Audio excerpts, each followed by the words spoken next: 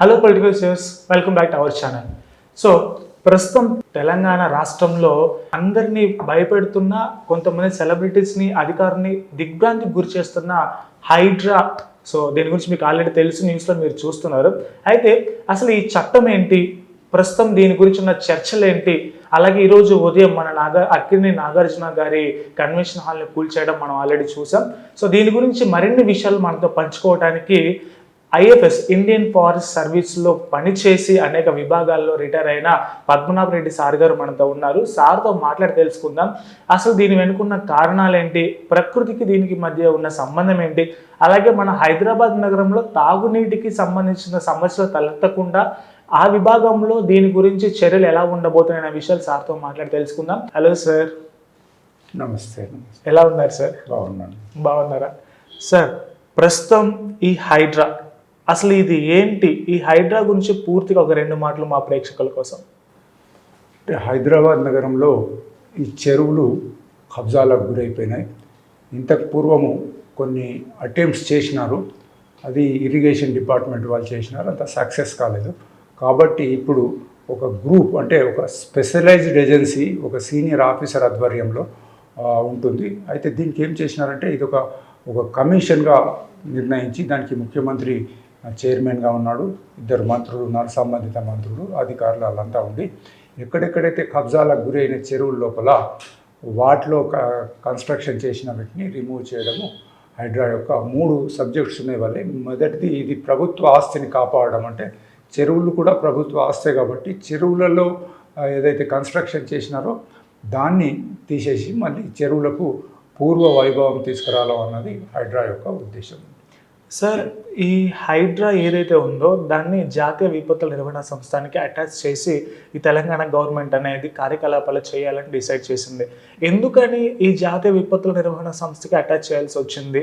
దీనివల్ల పరిస్థితులు ఎలా ఉండబోతున్నాయి? అంటే హైడ్రా పేరులోనే ఉంది, హైదరాబాద్ డిజాస్టర్ రెస్పాన్స్ అన్నారు. అంటే ఎప్పుడైతే ఈ విపత్తు వస్తుందో దానికి వీళ్ళు ఇమీడియట్గా రెస్పాన్స్ అవుతారు. అంటే అక్కడికి పోవడము, సఫరుల వాళ్ళను రక్షించడం, ఈ విధంగా ఒకటి. రెండవది ప్రభుత్వ ఆస్తులను కాపాడడం.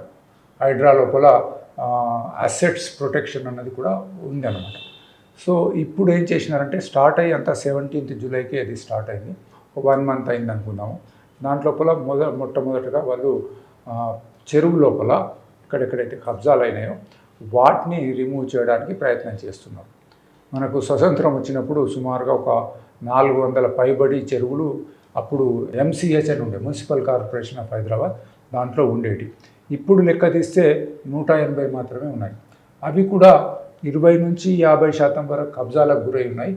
ఇంకోటి వాళ్ళ కాలనీ చుట్టుపక్కల ఉన్న మలినాలు, వ్యర్థ పదార్థాలు, వాళ్ళ సివరేజ్ అంతా కూడా ఈ చెరువులోకి వస్తుంది. అంటే ఈ చెరువులు 2 విధాలుగా నష్టపోతున్నాయి. ఒకటి ఫిజికల్గా కబ్జాకు గురవుతున్నాయి, రెండోది క్వాలిటీ ఆఫ్ ది వాటర్ కూడా బాగా దెబ్బతినిపోయింది. ఎందుకు చెరువులను మనం రక్షించాలని అనుకుంటే, హైదరాబాద్ నగరం అన్నది డెక్కన్ ప్లాటో మీద ఉన్నది, పీఠభూమి అంటాం కదా, ఎత్తులు పల్లెలు ఉన్నాయి. ఇప్పుడు చెన్నై కానీ బాంబే కానీ ఒక లెవెల్ గ్రౌండే ఉంటుంది. అక్కడ మురుగునీరు పోవడం అంటే ఒక సమస్య. ఇక్కడ అలా కాదు, చక్కగా మనకు ఈస్ట్లో పడ్డ వర్షం అంతా మూసీ నుంచి కృష్ణాకు, అట్లాగే నార్త్లో ఏదైతే వర్షం ఉందో అది మాంజిరా నుంచి గోదావరికి వెళ్తుంది. ఇప్పుడు ఇటువంటి పరిస్థితుల్లో ఇక్కడ అసలు పడ్డ వర్షపు నీరు ఎక్కడ ఆగడం లేదు. దానికి అప్పటి నైజాం ప్రభుత్వం ఏం చేసిందంటే, మనకు మంచి టెక్నాలజీ ఉంది, కాకతీయుల గొలుసుకట్టు చెరువులని చాలా ఫేమస్. సో ఈ యొక్క గొలుసుకట్టు చెరువులు అంటే ఒక చెరువు, దాంట్లో నిండిన తర్వాత వచ్చే అలుగు కింద ఇంకొక చెరువు, ఇంకా ఇలా రకరకాల కట్టు చెరువులు ఉంటాయి. దీంతో పరిగెత్తే నీరు ఆగుతుంది. అక్కడ ఆగినప్పుడు ఏమవుతుంది, చెరువులో నిండా నీరు ఉంటే చుట్టుపక్కల గ్రౌండ్ వాటర్ అంతా డెవలప్ అవుతుంది. రెండోది ఏంటంటే, ఒకేసారి వర్షం వచ్చినప్పుడు ఆ లోతట్టు ప్రాంతాలు జలమయం కాకుండా ఎక్కడికక్కడ ఈ చెరువులు నీటిని ఆపి మెల్లగా రిలీజ్ చేస్తాయి. ఒకటి గ్రౌండ్ వాటర్ డెవలప్ అవుతుంది, ఒకటి ఫ్లడ్డింగ్ ఆఫ్ ద సిటీ ఆగుతుంది. ఈ 2 ఉద్దేశాలతోని ఆ కాలంలో, అంటే సుమారు 200 సంవత్సరాల క్రితం నుంచి కూడా చేసినారు వాళ్ళు. ఇప్పుడు స్వతంత్రం వచ్చిన తర్వాత ఎప్పుడైతే అర్బన్ ఏరియాలో భూముల విలువలు పెరగడం మొదలుపెట్టినాయో అప్పుడు కబ్జాలకు గురైపోయినారు. అంటే ముఖ్యంగా రాజకీయ నాయకులే ఈ యొక్క చెరువుల కబ్జాకు నాంది పలుకుతున్నారు. సో దీని విషయం లోపల ప్రభుత్వం ఆలోచించి ఒక గట్టి చర్య తీసుకుంది. నేను ఫోరం ఫర్ గుడ్ గవర్నెన్స్ నుంచి హైడ్రా కాన్స్టిట్యూషన్ ఆఫ్ హైడ్రాను ఫుల్లీ సపోర్ట్ చేస్తున్నాము. కానీ కొన్ని రాజకీయ పార్టీలు దీనికి రాజకీయ రంగు పులుముతున్నాయి. అంటే అధికారంలో ఉన్న పార్టీ ప్రతిపక్ష పార్టీ వాళ్ళనే టార్గెట్ చేస్తున్నారు. అది టూ ఎర్లీ టు కామెంట్. అంతా వాళ్ళు స్టార్ట్ అయ్యి ఒక నెలనే అయింది. ఒక 2-3 నెలలు వాళ్ళని పనిచేయనియండి. వాళ్ళు ఏమేమి చెరువులలో ఎక్కడెక్కడ బిల్డింగ్లు కూలబెట్టినారో దాన్ని చూస్తే మనకు ఈజీగా ఏర్పడుతుంది. అంటే అది ఒకటే పార్టీకి టార్గెట్ చేసినారా, లేక పార్టీలను పక్కన పెట్టి ఎవరైతే చెరువులో కబ్జా చేసినారో వాళ్ళ మీద అటాక్ వాళ్ళ బిల్డింగ్లు కూలగొట్టినారా అని ఏర్పడుతుంది. కాబట్టి ఈ మంచి చర్యను మనము ఇంకా ప్రోత్సహించాలి కానీ ఆపాల్సిన పని లేదు. సార్, ఇప్పుడు ఈ గొలుసు కట్టు చెరువు విధానం ఏదైతే ఉందో, మనం గతంలో కనుక చూసుకున్నట్లయితే అంటే ఒక 2-3 years బ్యాక్ వరంగల్లో ఆల్మోస్ట్ ఫ్లడ్స్ రావటం, అక్కడ ప్రజలు ఇబ్బంది పడటము, అప్పుడు ఈ సమస్య అనేది బయటకు వచ్చింది. ఇప్పుడు హైదరాబాద్లో కూడా ఈ వర్షాలు పడినప్పుడు ముఖ్యంగా నగరవాసులు చాలా సమస్యలు ఎదుర్కొంటున్నారు. ముఖ్యంగా లోతట్టు ప్రాంతాల్లో, ఆ లోతట్టు ప్రాంతాల్లో చెరువులు ఎక్కువగా ఉండటం, వాటిని కబ్జా చేసి బిల్డింగ్లు కట్టడం వల్ల ఇలాంటి సమస్యలు తలెత్తాయి అని చెప్పేసి ఒక వాదన. ఇప్పుడు దాన్ని పరిష్కరించడానికి ఈ తాగునీటి సమస్య కావచ్చు, అంటే భూ కబ్జాలు కావచ్చు, అక్రమ నిర్మాణాలు కావచ్చు, వీటన్నిటిని పరిష్కరించి ప్రజలు ఎటువంటి ఇబ్బందులు పడకుండా ఉండేలా చేసే విధానాన్ని హైడ్రా తీసుకొస్తుంది. అయితే దీని గురించి ఒక 2 మాటలు మీరు చెప్పాలంటే ఏం చెప్తారు? అంటే ఇప్పుడు ఉద్దేశం బాగుంది, వాళ్ళ పని కూడా ఇప్పుడు అక్కడ ఉన్న హైడ్రా యొక్క కమిషనర్ ఎవరైతే ఉన్నారో మంచి నిజాయితీపరుడు, గట్టి ఆఫీసరే, తప్పకుండా చేస్తాడని అనుకుందాము. రాజకీయ ఒత్తిళ్లను బయట పక్కన పెట్టేసేసి వీళ్ళు ఆల్రెడీ సర్వే చేస్తున్నారు ఏ చెరువులో ఎంత కబ్జా అయింది, ఆ కబ్జానంతా తీసేసినట్టయితే బాగుంటుంది. సో దీంట్లో రాజకీయాలు చెప్పించినట్టయితే మళ్ళీ ప్రెషర్ వస్తుంది, వాళ్ళను హైడ్రా మధ్యలో ఆగిపోయే పరిస్థితి రాకుండా చూసుకోవాలి. సార్, ఇప్పుడు ఈ హైదరాబాద్ నగరం అనే కాదు, ఈ ఔటర్ రింగ్ రోడ్డు పరిధిలో ఎంతవరకు అక్రమ నివారణలు ఉన్నాయో వాటన్నిటిని కూడా తక్షణమే మేము పాటిస్తామని ప్రభుత్వం చెప్పడం జరిగింది. దీంట్లో అధికారులు ఉన్నారు, సెలబ్రిటీస్ ఉన్నారు, కామన్ పీపుల్ ఉన్నారు. వీళ్ళకి పర్మిషన్స్ ఇవ్వడం ఎంతవరకు కరెక్ట్? ఎందుకంటే ఒక విపత్తు జరిగిన తర్వాత రెస్పాండ్ అవ్వడం కంటే విపత్తు జరుగుతుందని ముందే ఊహించి రెస్పాండ్ అయితే చాలా వరకు ఇటువంటి జరగవు అని ఒక వాదన. దీని గురించి మీరు ఏం చెప్తారు? ఇప్పుడు చెరువులలో ఎఫ్టీఎల్లో ఎవరెవరైతే కబ్జా చేసి పెద్ద పెద్ద బిల్డింగ్లు కట్టినారో మొదలు వాళ్ళు దొంగలు, కట్టిన వ్యక్తి, వాళ్లకు పర్మిషన్ ఇచ్చిన ప్రభుత్వ ఉద్యోగులు వీళ్ళు దొంగలు. తర్వాత అమాయకులు గ్రామాలకు వెళ్ళొచ్చి రూపాయి కూడబెట్టి ఏదో సింగిల్ బెడ్రూమో డబుల్ బెడ్రూమో ఫ్లాట్స్ కొంటే వాళ్ళకి తప్పు కాదు. బట్ చట్టం లోపల ignorance of law is not an excuse అన్నది. నాకు చట్టం తెలియదు అని అంటే కాదు అని, అది నిజమే. కానీ ఇక్కడ కొన్న వ్యక్తిది తప్పు లేదు.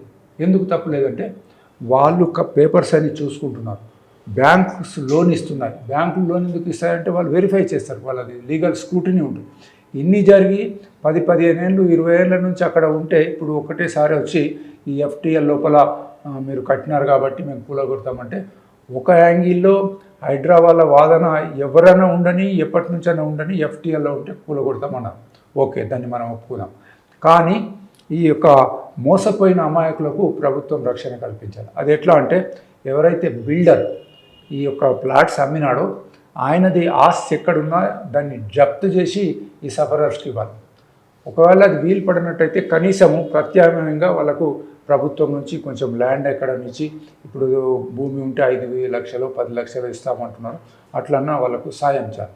ఇంకోటి ప్రభుత్వ ఉద్యోగస్తుల మీద ఫస్ట్ ఏంటి, ఒక వ్యక్తి అక్కడ భూమి కొంటాడు, కొన్నప్పుడు ఏం చేస్తారు 8% రిజిస్ట్రేషన్ ఛార్జ్ ఫీజు కడతాడు ప్రభుత్వానికి. అది అఫీషియల్, అన్అఫీషియల్ ఇంకా వేరే ఉన్నది. అది ఈ యొక్క రిజిస్ట్రేషన్ అయిన తర్వాత హెచ్ఎండిఏకి పోతారు. హెచ్ఎండిఏ లోపల వాళ్ళు లేఅవుట్ చేస్తారు, దానికి ఫీజు ఉంటుంది అఫీషియల్గా, మళ్ళీ అన్అఫీషియల్ డిఫరెంట్ ఉంటుంది. సో ఈ లేఅవుట్ అప్రూవ్ అయినాక మున్సిపాలిటీకి వెళ్తాడు, నేను ఈ 2 bedroom ఇల్లు కట్టుకోవాలనుకున్నా, ఇది ప్లాన్ అంటే వాళ్ళు చేసేది ఏముండదు, ఒక స్టాంప్ అప్రూవ్డ్ అని స్టాంప్ వేసేసి వాళ్ళు ఛార్జెస్ వాళ్ళు తీసుకుంటారు. తర్వాత వాటర్ బోర్డు వాళ్ళు ట్యాప్ కనెక్షన్ ఇస్తారు, ఎలక్ట్రిసిటీ వాళ్ళు పవర్ కనెక్షన్. ఇన్ని చేసి ఒక 20 ఏళ్ళు అయినా పీస్ఫుల్గా బతుకున్నాడు, 20 ఏళ్ళ నుంచి ఇంటి ట్యాక్స్ కడతా ఉన్నాడు. ఇవాళ ఎఫ్టీఎల్ అనడం అంటే చాలా ఇబ్బందికరం అనమాట. చట్టం ఉండని మానవత కోణంతో చూసినట్టయితే వీళ్ళకి ఇబ్బంది ఉంది. కాబట్టి ప్రభుత్వం నుంచి ఏదైతే బిల్డర్స్ ఇల్లు కట్టినవి ఉన్నాయో కట్టిన యొక్క గ్రూప్స్ వాళ్ళ నుంచి కలెక్ట్ చేసి కాంపెన్సేషన్ ఇవ్వడం ఒకటి. రెండోది ఒక కమిషన్ ఏర్పాటు చేయాలి. ఒక హైకోర్టు జడ్జితోనో రిటైర్డ్ చీఫ్ సెక్రటరీతోనో ఈ పర్మిషన్స్ ఎట్లా ఇచ్చినారు, ఈ ఫేక్ డాక్యుమెంట్స్ ఎట్లా తయారయ్యాయి, ఎఫ్టీఎల్ లోపల భూమి రిజిస్ట్రేషన్ ఆఫీస్ వాళ్ళు ఎట్లా రిజిస్టర్ చేసినారు, హెచ్ఎండిఏ ఎట్లా క్లియరెన్స్ ఇచ్చింది, మున్సిపాలిటీ వాళ్ళు ఎట్లా బిల్డింగ్ పర్మిషన్స్, వీళ్ళందరి మీద కూడా శిక్ష పడాల్సిన అవసరం ఉంది. లేనట్టయితే మీరు ఏం చేసినా కానీ మాకేం కాదు, మేము డబ్బులు తీసుకొని పర్మిషన్ ఇస్తామన్న పరిస్థితి ఇవాళ ఉంది. ఇది ఇక్కడ కాగల కూలబెట్టినంత మాత్రాన సమస్యకు పరిష్కారం కాదు. ఈ తప్పుకు కారణం ఏంటంటే గవర్నమెంట్ ఇన్స్టిట్యూషన్స్ నిద్రపోయినాయి అనొచ్చు, లేదా ఇంటెన్షనల్గా డబ్బులు తీసుకొని ఈ తప్పుడు పర్మిషన్స్ ఇచ్చినారు. వాళ్ళకు కూడా తగినంత శిక్ష పడినప్పుడే న్యాయం జరుగుతుంది. సో ఇలాంటి అప్డేట్స్ కోసం చూస్తుండండి పొలిటికోస్ ఛానల్. కెమెరామెన్ వెంకటేష్ గౌడ్తో reporter Kumar. Please subscribe to the channel and download the Politicos app from the links in the description.